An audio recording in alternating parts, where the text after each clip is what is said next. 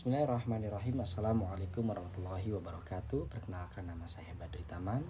Saya dari semester 8 NIM 1214103017. Saya dari jurusan Manajemen Dakwah, Fakultas Ilmu Komunikasi.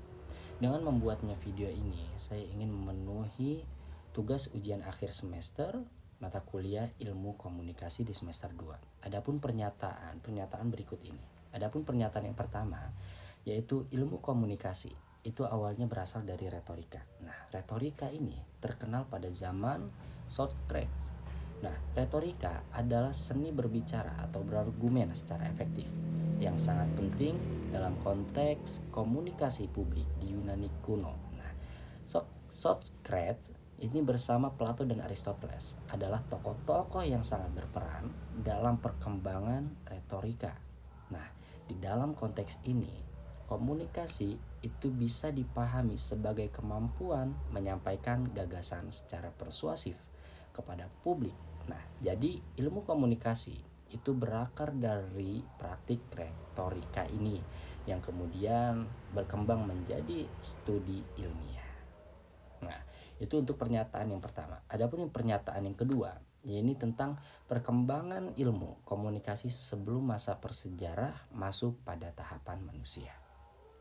Nah, di pernyataan kedua ini, sebelum adanya tulisan, itu manusia sudah berkomunikasi melalui simbol, bahasa tubuh, gerakan tangan, dan suara. Nah, ini adalah bentuk komunikasi nonverbal pada masa manusia purba. Nah, dengan seiringnya berkembangnya otak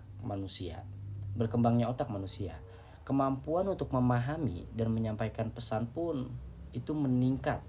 Nah, dengan tahapan awal ini menandai cikal bakal dari komunikasi yang lebih kompleks di masa selanjutnya. Nah, itu untuk pernyataan yang kedua. Nah, adapun untuk pernyataan yang ketiga, yaitu adalah berbahasa lisan. Pada zaman ini itu ditandai dengan adanya kehidupan nomaden oleh spesies Cro-Magnon dan Netherland.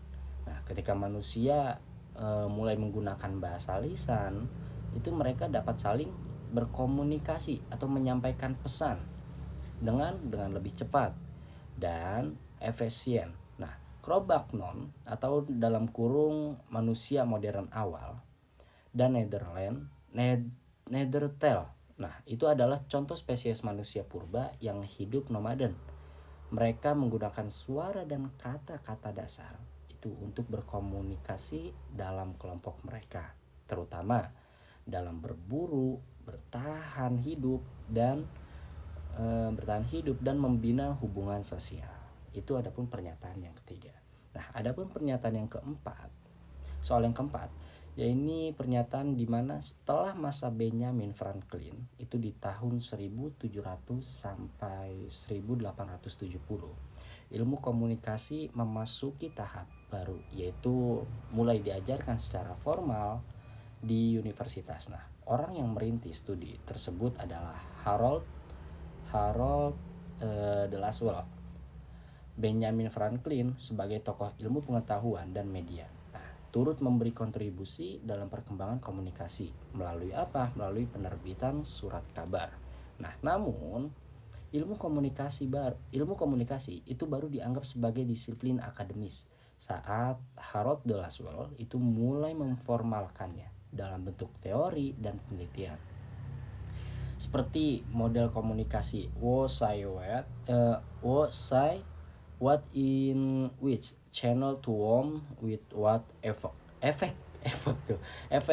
Nah, inilah tonggak awal ilmu komunikasi diajarkan di perguruan tinggi secara ilmiah. Itu adapun pernyataan yang keempat. Nah, adapun pernyataan yang kelima, yaitu zaman dahulu kendaraan yang digunakan untuk membawa orang-orang adalah kuda, onta, delman. Revolusi di Inggris itu abad ke-19 merubah transportasi tersebut lebih cepat dengan ditemukannya lokomotif.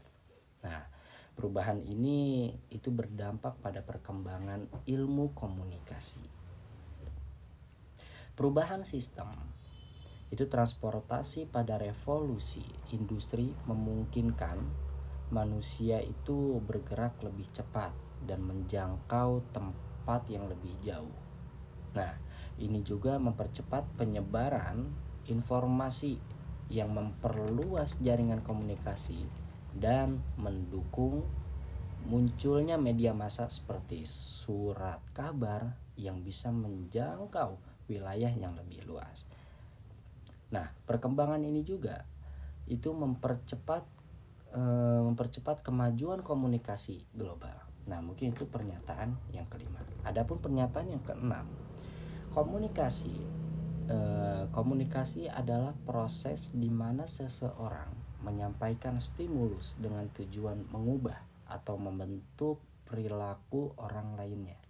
Nah, hal ini diungkapkan oleh Shannon dan Weaver. Shannon dan Weaver ini itu memperkenalkan model komunikasi linear yang menggambarkan komunikasi itu sebagai proses transmisi informasi dari pengirim ke penerima.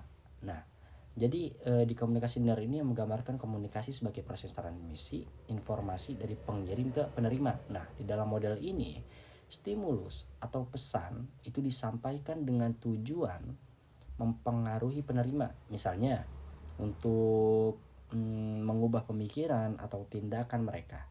Nah, ini juga merupakan dari bagian fondasi dalam memahami komunikasi sebagai proses pengaruh.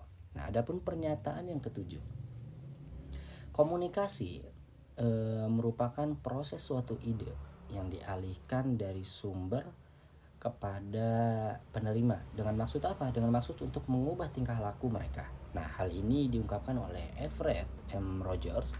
Everett M. Rogers ini juga itu dalam teorinya tentang difusi inovasi yang menjelaskan bahwa komunikasi adalah alat untuk menyebarkan ide dan inovasi. Proses ini tidak hanya menyampaikan informasi, tetapi juga itu mengubah sikap dan perilaku penerima. Nah, oleh karena itu komunikasi itu bisa dilihat sebagai alat perubahan sosial dan bukan hanya transfer informasi. Nah, mungkin itu pernyataan yang ketujuh. Adapun pernyataan yang kedelapan. Pernyataan yang kedelapan yaitu komunikasi sebagai tindakan satu arah. Nah, yang artinya apa? Komunikasi sebagai tindakan satu arah. Artinya itu komunikasi berlangsung secara diadik. Hal ini dikarenakan adanya hubungan timbal balik pada saat berkomunikasi. Nah, pernyataan ini juga itu sedikit membingungkan karena satu arah biasanya bukan diadik. Namun, maksudnya mungkin untuk menjelaskan dua jenis komunikasi. Nah, satu arah, yang dimaksud dengan satu arah itu adalah komunikator menyampaikan pesan tanpa umpan balik langsung. Nah, contoh seperti pidato. Nah, itu adalah satu arah. Nah, kalau misalkan diadik itu komunikasi dua arah antara dua orang yang saling merespon. Nah, contoh percakapan, komunikasi yang efektif biasanya itu bersifat dua arah karena melibatkan umpan balik. Nah, itu kayak komunikasi kita dengan orang lain. Nah, itu adalah diadik percakapan. Mungkin itu pernyataan yang ke-8. Adapun pernyataan yang ke-9 yaitu mengenai tentang Hofland menyatakan bahwa komunikasi adalah proses di mana seorang menyampaikan perangsang-perangsang untuk mengubah tingkah laku. Nah, Charles Hofland adalah tokoh dalam psikologi komunikasi yang mempelajari bagaimana pesan mempengaruhi sikap dan perilaku. Itu menurutnya. Nah, menurutnya komunikasi adalah alat untuk menyampaikan stimulus atau pesan yang dapat mempengaruhi persepsi dan tindakan seseorang. Nah, ini juga itu sangat relevan. Sangat relevan dalam apa? Dalam bidang periklanan, propaganda, dan komunikasi massa. Nah, mungkin itu pernyataan 9. Nah, adapun pernyataan yang terakhir, pernyataan nomor 10, yaitu apabila komunikasi dianggap sebagai proses linear, maka kurang sesuai dengan konsep komunikasi tatap muka. Jika komunikasi tersebut linear saja, maka orientasinya hanya akan berpusat pada sumber. Nah, konseptualisasi itu komunikasi tersebut termasuk ke dalam komunikasi sebagai interaksi. Komunikasi linear itu memandang komunikasi sebagai proses satu arah dari pengirim ke penerima. Nah, mungkin itu aja yang dapat saya sampaikan. Salam.